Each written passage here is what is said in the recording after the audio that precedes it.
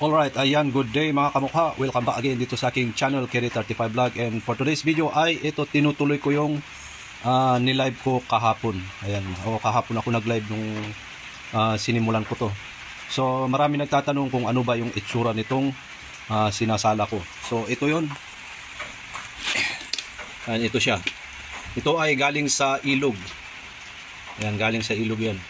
Yan yung kanyang itsura. Ayan, buhangin siya, buhangin na maitim.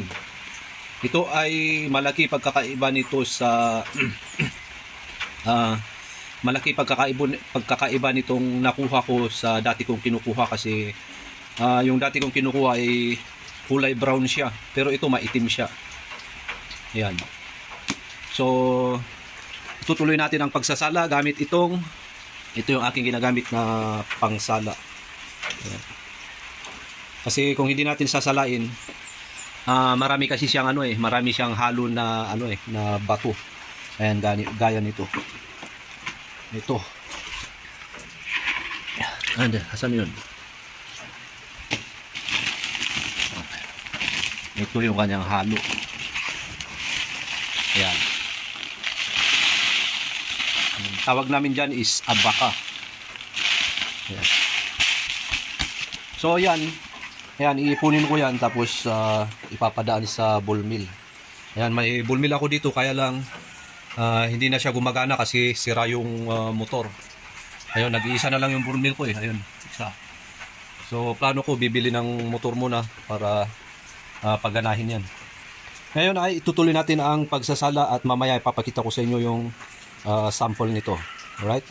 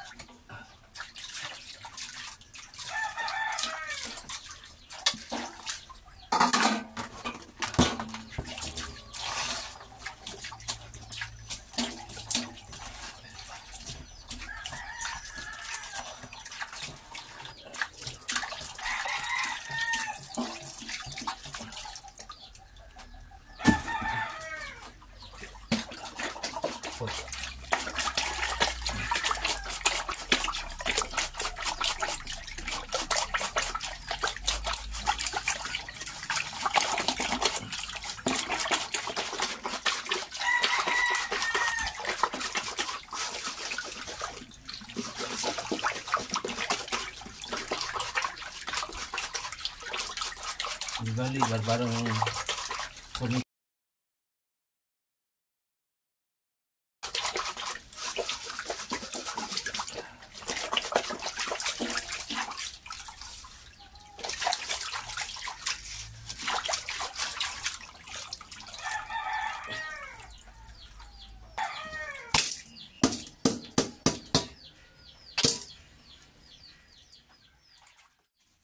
Alright, so tapos na tayong magsala nitong linang na to.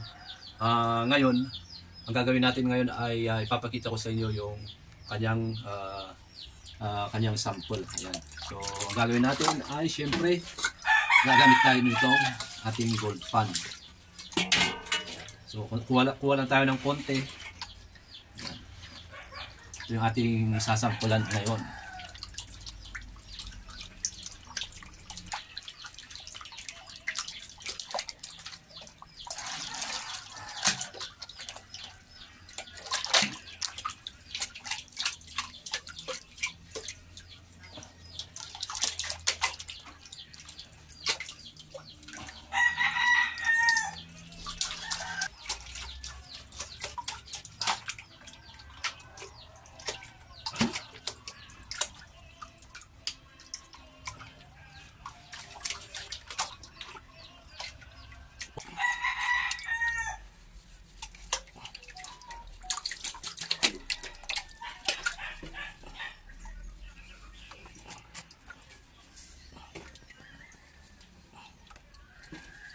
Yun yung kanyang sample, pinong-pino. Kita? Wala? Malinaw? Hindi. Malinaw.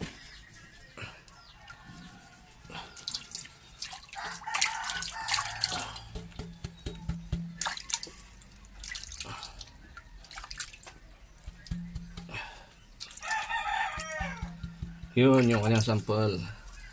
Kita? Yun oh. Ayan yung dilaw dito sa taas. Ayan yung kanyang sample. Nanginginig lang yung yung cameraman ko eh. Ayan oh. Ayan, sana malinaw. Medyo malabo. Ayun. Ayun. Ito yung nasa taas. Ayan yung kanyang sample. Kunin ko lang sa taas. Itutok mo. Nanginginig yung cameraman ko eh. Na yun oh. Yan. Ay, sana malinaw sa camera. Yan, pag pinapagpag mo kasing ganito, kailan mali din pagpagpag ko. Pag pinapagpag mo kasing ganito, umaakyat yung ginto pag ginaganon mo, pinapagpag. Kasi mabigat yung ginto kaya siya umaakyat. Yan. Tara sa malinaw. Yun oh, ito. San? Yun. Yan. Malinaw. Yan. Kinayan. Yan oh. Medium sa. Ayan, so ito yung kanyang sample doon. So kunti lang yung nakuha natin pero maganda na yung kanyang sample. So ang gagawin ko ay ililinis ko na lang to. Ililinis ko to tapos pagkatapos kong nalinis, uulitin ko siyang ang tinatawag ay guide. I-guide ko siya sa malaking bato doon. So ayun, balik tayo doon.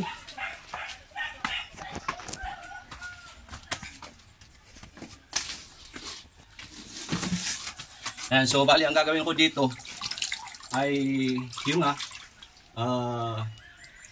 isasampulpan ko siya hanggang sa makuha ko yung kanyang ginto. Tapos pag nakuha na yung ginto, papadaan naman natin dun sa malaking bato dun sa baba. Doon natin siya igagaid. Yung ginagawa ko dati. Ayan, so abangan nyo na lang sa part 2. Ayan, may part 2 pa tayo. Abangan nyo na lang sa part 2 yung ating video hanggang sa pagluto natin. Ayan, maraming salamat at kita-kits sa ating susunod na video.